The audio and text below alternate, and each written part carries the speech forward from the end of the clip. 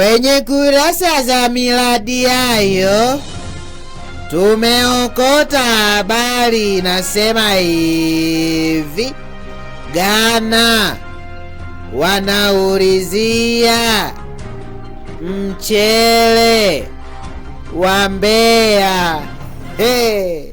Ghana wamefika mbali sana, yaani wanataka mchele wa Mbeya uwe na passport.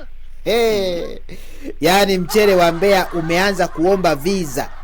Safari hii unaenda Ghana, yaani hata GPS imechanganyikiwa.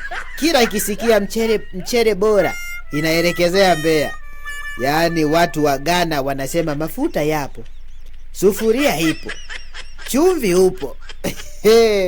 Kilichobaki ni mchele wa Mbeya. Yaani mchele wa Mbeya umekuwa maarufu hadi magunia yanaanza kuongea Kiingereza. Anyway, hebu twende moja kwa moja kwenye habari yetu kamili. Sasa mheshimiwa, unajua siku mbili hizi tulikuwa tukuoni. Ulienda wapi mheshimiwa? Unaweza kutuambia kidogo? Kwenda Ghana, nikaenda Angola ndani ya Afrika. Na wote, na nilishangazwa zaidi Ghana wanazungumzia Mbeya Rais. Wanazungumzia Mbeya Rais. Ghana, Angola wanazungumzia bidhaa za Tanzania. Nikauliza Ghana, why Mbeya Rais? Akasema Mbeya Rais, kama unaishi kwenye flat, ukichemsha kwenye flat yako jumba lote lina harufu.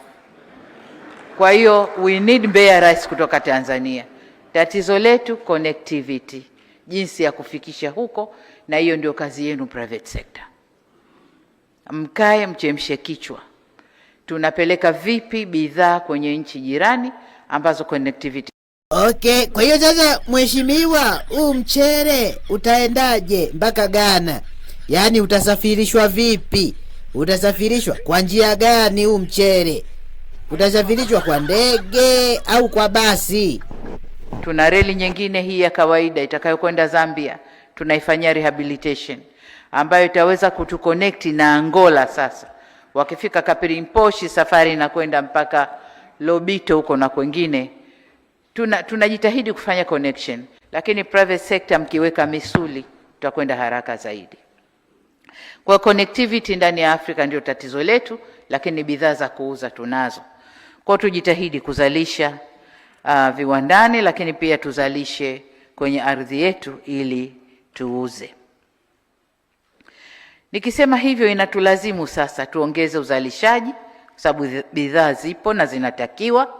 Tuongeze uzalishaji, tujenge viwanda vinavyoongeza thamani ya rasilimali zetu, tuzingatie viwango vya ubora na tupunguze gharama za kufanya biashara, ambayo hii ni kazi yetu sote, sekta binafsi na nyinyi serikali, wote tuangalie.